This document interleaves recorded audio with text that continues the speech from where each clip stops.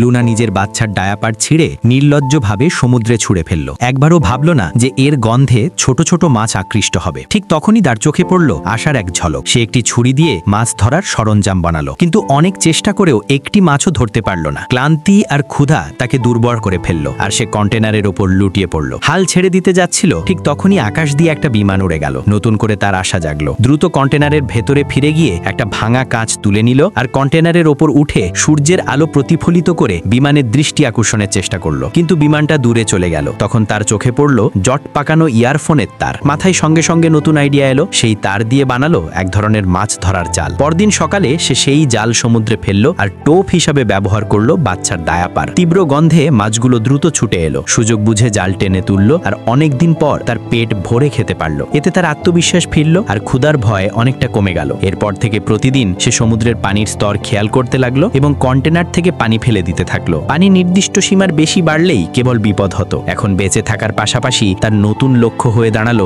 উদ্ধার পাওয়া। সে কাগজে বড় করে SOS লিখে প্লাস্টিকের বোতলে ভরে একে একে সমুদ্রে ভাসিয়ে দিল। আশা করলো কেউ না কেউ সেটা খুঁজে পাবে। ধীরে ধীরে পানির স্তর কমতে শুরু করলো। পরিস্থিতিও কিছুটা স্বাভাবিক হলো, কিন্তু এক রাতে হঠাৎ জোর শব্দে তার ঘুম ভাঙলো। বাইরে এসে দেখলো শব্দটা আসছে ভেসে যাওয়া একটা কন্টেনার থেকে। ঠিক তখনই তার মোবাইল চালু হয়ে গেল এবং সেখানে এলো জ্যাকের কল। কষ্ট করে ফোন আনলক করে লুনা তার স্বামীর শেষ মেসেজটা পড়ল। জানা গেল সীমান্ত পেরোনোর সময় জ্যাক ধরা পড়ে গিয়েছিল এবং পালানোর চেষ্টা করায় তাকে গুলি করে মারা হয়। মৃত্যুর আগে সে লুনাকে শেষ বিদায় জানিয়েছিল। এ খবর শুনে লুনা ভেতর থেকে ভেঙে পড়ল, কিন্তু নিজের নবজাতক সন্তানের জন্য হাল ছাড়ল না। 26তম দিনে পানি এতটাই বেড়ে গেল যে তাদের ঘুমানোর জায়গা পুরোপুরি ডুবে গেল। চাপ এত বাড়ল যে কন্টেনার থেকে আর পানি ফেলা সম্ভব হলো না। এখন তাদের একমাত্র উপায় ছিল কন্টেনারের ওপরেই থাকা, কিন্তু এটাও সাময়িক সমাধান ছিল, কারণ ধীরে ধীরে গোটা কন্টেনারটাই ডুবে যাচ্ছিল।